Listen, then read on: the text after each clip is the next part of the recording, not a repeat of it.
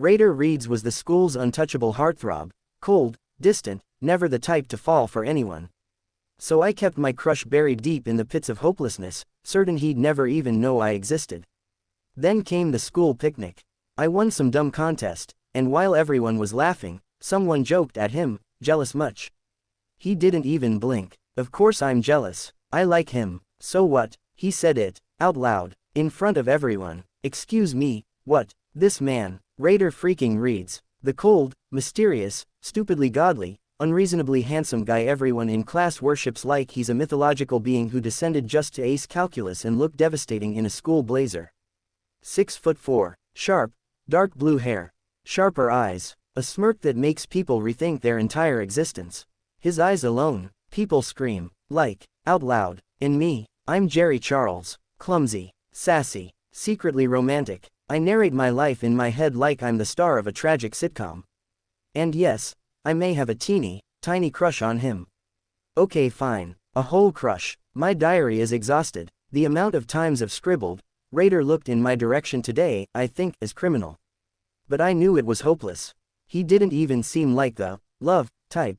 Just existed in his own aloof bubble of God-level chill. So I kept my feelings locked away, buried. And then came the picnic. Actually, trying to happen. Because when our class teacher announced it, the class reacted like he'd sentenced us to war. No one wanted to go. Excuses flew like confetti. I'm allergic to fresh air, someone said with a straight face. My dog's getting married, said Max. Mind you, last week Max claimed his dog had run away and he couldn't do homework because he was in mourning. Now the same dog was getting married. Even the teacher asked, "Didn't your dog run away, Max?" He came back, "For love. I can't go. Nature makes me emotional. Green gives me anxiety. I'm green blind. Birds make me feel judged." It was chaos. Meanwhile, I was the only one actually kind of excited, secretly enjoying the drama like I was front row at a comedy show. You all are so dramatic. It's a picnic, not a death sentence. It might actually be fun if you let it be. My deskmate gasped, "How could you say that? I thought you were one of us." I shrugged, "I just wanna eat chips under the sun, man. Let me live." The teacher asked one more time, "Anyone actually want to come for the picnic?" No one raised a hand. Correction. They didn't let me raise mine either. Betrayers, snakes, uncultured villains. And then, a hand slowly lifted into the air. Raider Reeds. The Raider Reeds raised his hand. Cue the entire class collapsing into a collective cardiac arrest. Wait. He's going. The guy who didn't even show up at prom. He hates fun, and grass, and people. Why is he going? If he's going, then I guess I'll go too. Yeah, green's not that bad. Honestly, being emotional is powerful. I will convince my dog to postpone the wedding. And just like that, the whole class agreed to the picnic. One man, one hand, instant group transformation. I glanced at him. His eyes flicked away. Was he just looking at me? No. I need to stop daydreaming. Seriously, this is why my diary wants a break. And that's how we all ended up here, at some lush, unnecessarily green park, pretending we weren't just sobbing about allergies 2 days ago. A few teachers tagged along, and our class, now suddenly enthusiastic, were fully geared up with snacks, games, and enough sunscreen to survive the apocalypse. Don't ask me what I was doing, I was too busy trying to calm my chest down. Because on the bus ride here, Raider sat with me. Okay, technically, he sat in front of me. But still, it counts. I was hot, emotionally, spiritually, possibly physically. Anyway, now we're all gathered. People are playing games, cooking, eating, blaming the bugs, the weather, each other, while secretly loving every second of it. By the time the sky started turning orange, we were setting up our tents and crowding near the bonfire, sitting in a big circle. Someone had the bright idea to start a silly game. A dare roulette type of thing, where you pull a task from a bowl and do it. I, unfortunately, was their favorite victim. Round 1. Hold your breath for 15 seconds. Crushed it. I almost passed out but no one saw. Round 2. Wink both eyes one at a time. Victory achieved. People clapped. I bowed. Twice. Then came round 3. Someone shouted, "Jerry, hurry up. Go find a tree and confess to it like it's the love of your life." Bonus points for tears. The hell, I was horrified, but of course, being me, I stood up dramatically and sprinted toward the nearest tree like I was chasing destiny. The tree was too damn big for a full hug, but I wrapped my arms around it anyway. Oscar mode on. With a deep, dramatic sigh and a well-timed sniffle, I began my monologue. My love, I waited for you. Through every storm. Through every season. You were just a sapling then. Gasps. Laughter. Cameras. Oh God, people were recording. Someone yelled, is he crying? I actually was. A tear slid down from sheer commitment. You're the only one who never left me.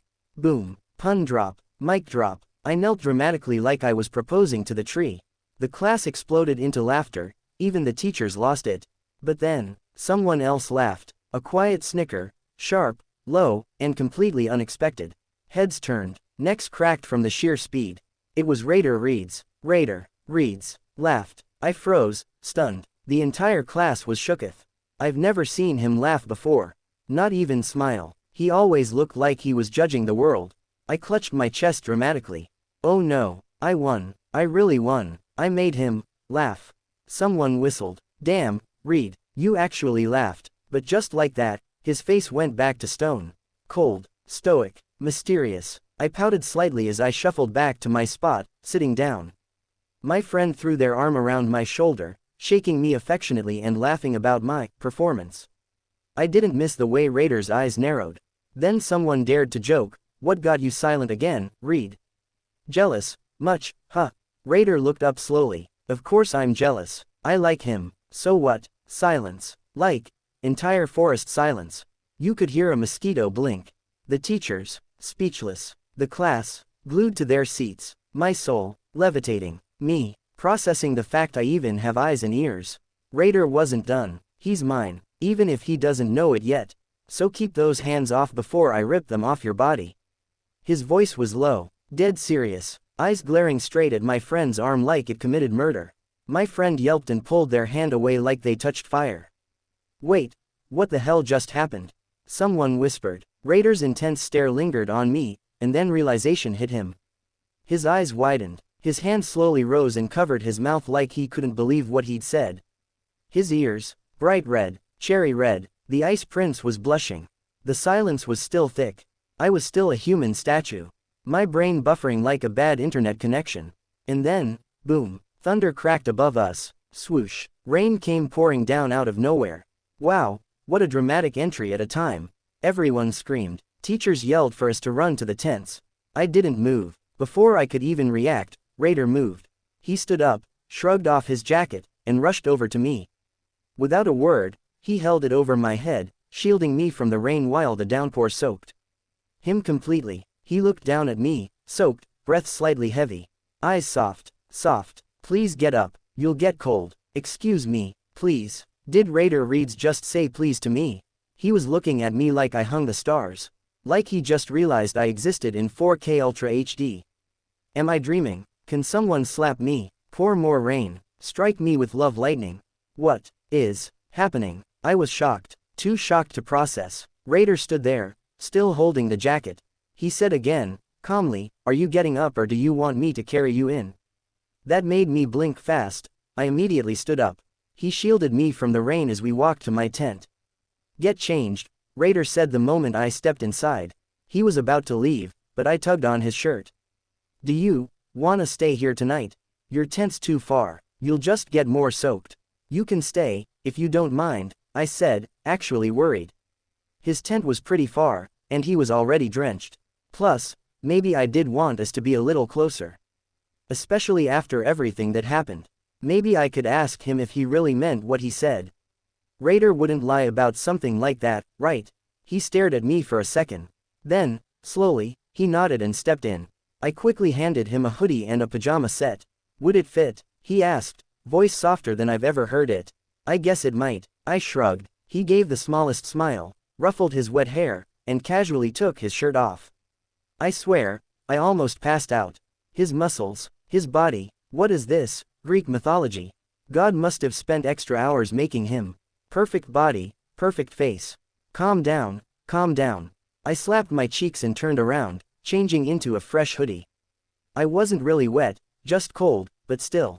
When I finally turned to look again, he had red ears. Guess he saw me changing. Wow, so he's the shy type. I also noticed how the hoodie looked tight on him, and the pants were short. He looked kinda adorable actually. It made me giggle. He didn't say anything though. The silence made me a bit unsure, so I whispered, "Since you're uncomfortable, you can leave once the rain stops." He stayed quiet for a second more, eyes distant like he was thinking hard. "What happened? What are you thinking?" I asked. "Praying." His voice was low. "Praying? For what?" "Praying the rain doesn't stop," he said instantly. He seemed surprised he'd said that out loud, but didn't backtrack. Instead, he looked me right in the eyes. My heart skipped so hard I could hear it in my ears. Then Raider suddenly asked, "Are you uncomfortable with me? If you are, I'll leave." "No, it's not like that," I quickly cut him off.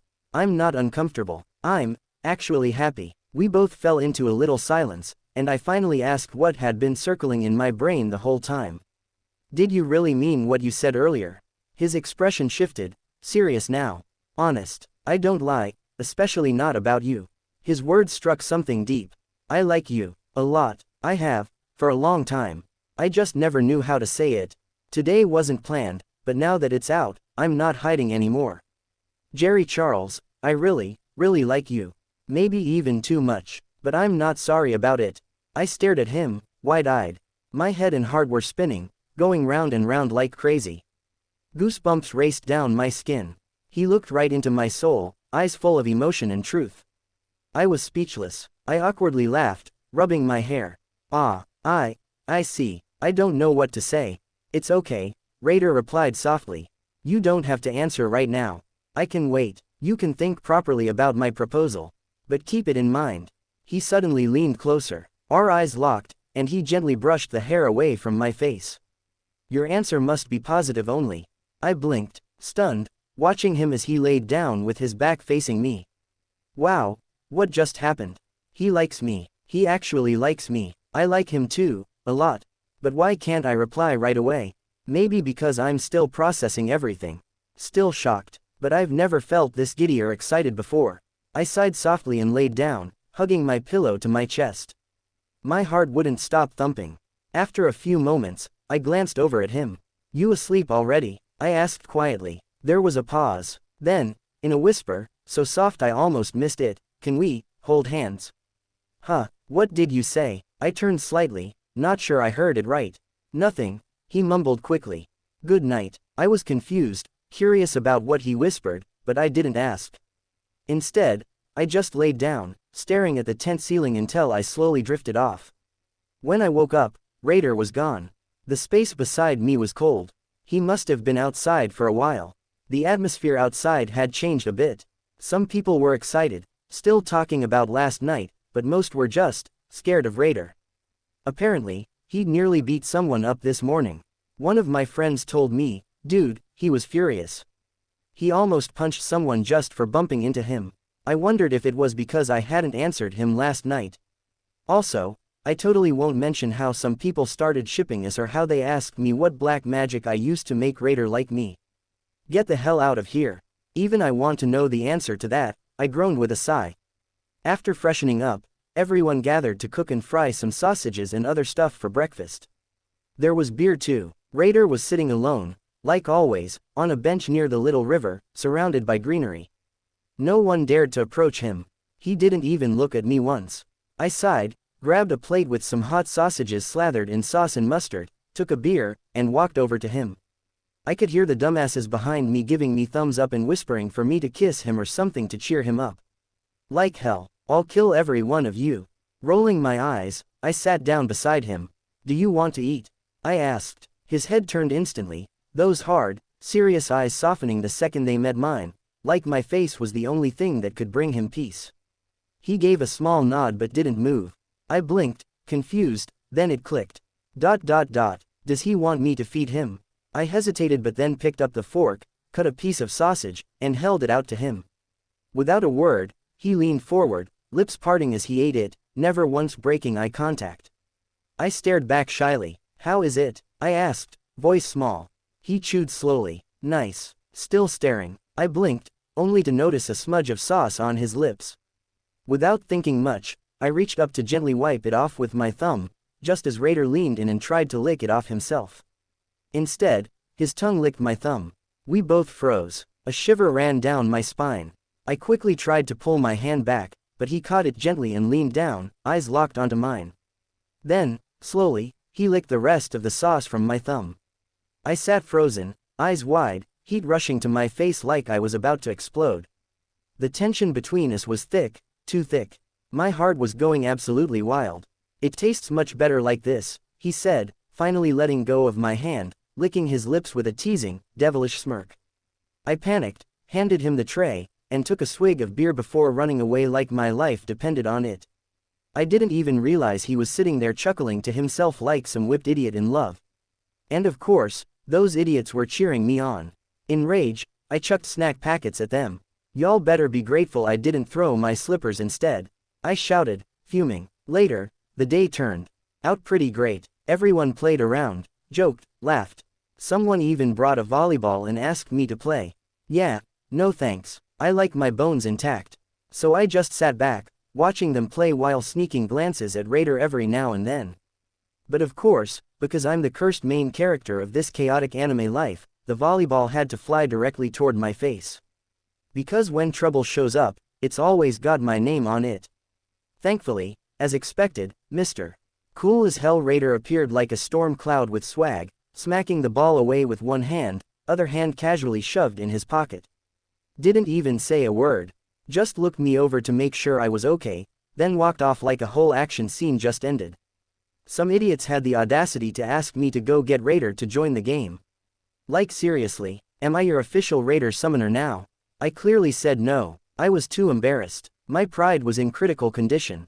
Later, a few people started talking about holding a swimming contest near the little river. Standing on the edge, I raised my voice. Never. I don't know how to swim, I declared, arms crossed like I just announced war. Everyone groaned like I ruined Christmas or something. I glanced around, low-key trying to spot Raider again. But of course, fate just had to spice things up. I almost slipped and fell into the river. Gasps echoed, chaos brewed, but just before I could make a splashy entrance into the water, someone caught me. Guess who? Yep, Raider. I landed straight on his chest, my hands gripping his jacket tightly as I looked up at him in shock. My heart, definitely having a seizure. He leaned down slightly and whispered, "You're always in trouble, Mr. Clumsy." His eyes were gentle, soft, almost fond. I swallowed hard. "Well, you did save me, again," I mumbled. He smirked. "Of course I did, I'm the only one allowed to handle that clumsy ass." His tone was teasing, but his eyes, so serious, like he meant it down to his soul. I turned red instantly, quickly pulling away, trying to calm my burning ears. He only smiled faintly, and of course, those idiots were cheering again like it was some live drama show. I glared at them, but then, out of nowhere, Raider suddenly stared at my hair and muttered, "It's fluffy." I paused mid-glare, blinking at him. "Did you just call my hair fluffy?" He panicked internally. I know he did, but kept that same poker face and said, matter-of-factly, "Yeah, like a cloud, a nice one, not stormy." I squinted. "Are you trying to flirt now?" Raider just shrugged like it was no big deal. "Then you're the worst flirt on earth." He remained dead serious. "But you smiled." My cheeks went pink immediately. "Shut up." That only made him chuckle. "I just realized, I said shut up to the most feared wild beast alive, and he's laughing about it. Like, is this cold, dangerous guy totally wrapped around my finger? How am I ordering him? What is happening? Kill me. My heart's going insane." When night fell, the air grew calm and cool, and most of the others had already drifted off to sleep, worn out from the day's laughter and games. I found myself wandering alone, surrounded by the soft glow of fireflies in a sky so clear, the stars looked close enough to touch. It felt peaceful, like the world had finally gone quiet. At least, I thought I was alone.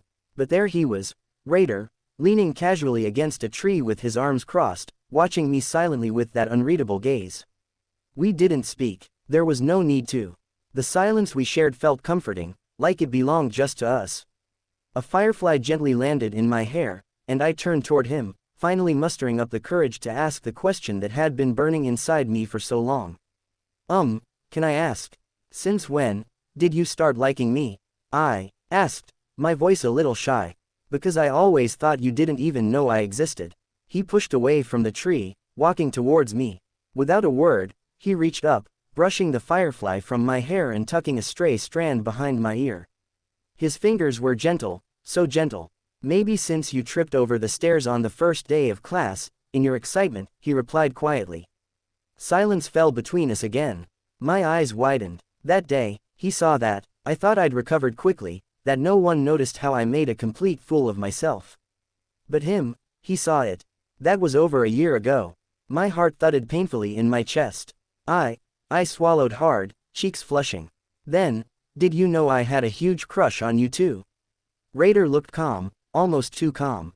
I do. I blinked. Huh, you knew I liked you and just let me drool all over you like an idiot.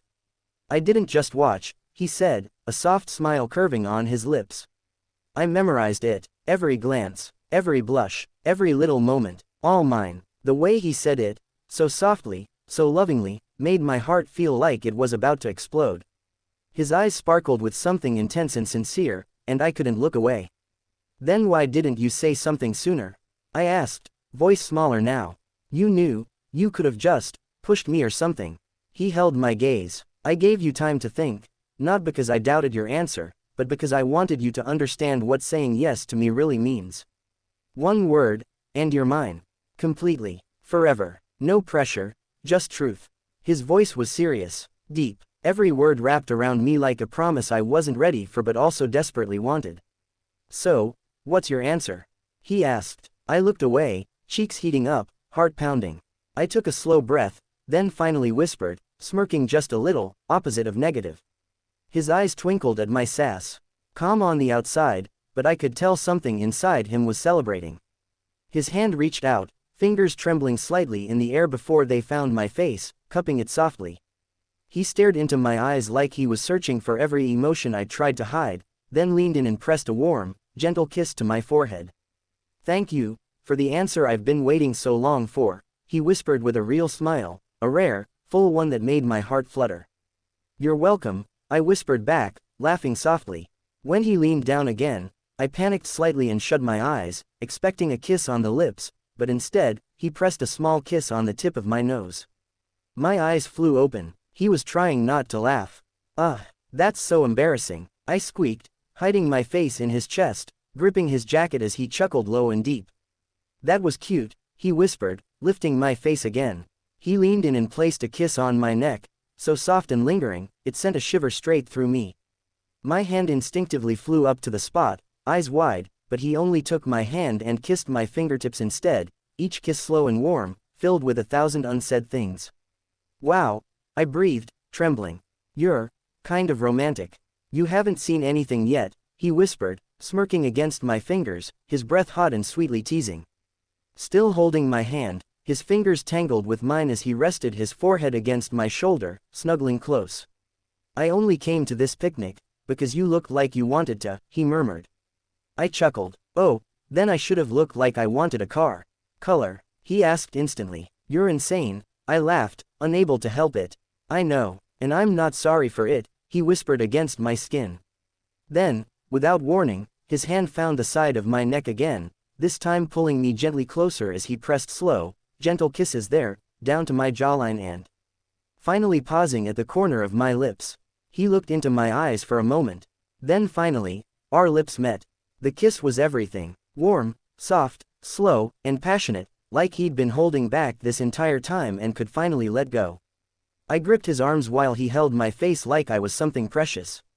When we finally pulled away, foreheads still touching, he whispered, last night, I asked if we could hold hands. You can, I replied without hesitation, reaching out. Our fingers laced perfectly together. I love you so much, he said, smiling with that calm intensity only he could pull off. Will you be mine, not just for now, but until forever forgets how long it is? You're dramatic, I giggled, but yes, I love you too, so much, and I already am yours. Forever. I leaned up to kiss him again, and he met me halfway, holding my waist as I wrapped my arms around his neck. The fireflies danced around us like tiny stars come to celebrate, and the night wrapped us in a quiet, perfect moment that felt like it would never end. Because I knew, he wasn't letting me go. And I wasn't planning to let him go either.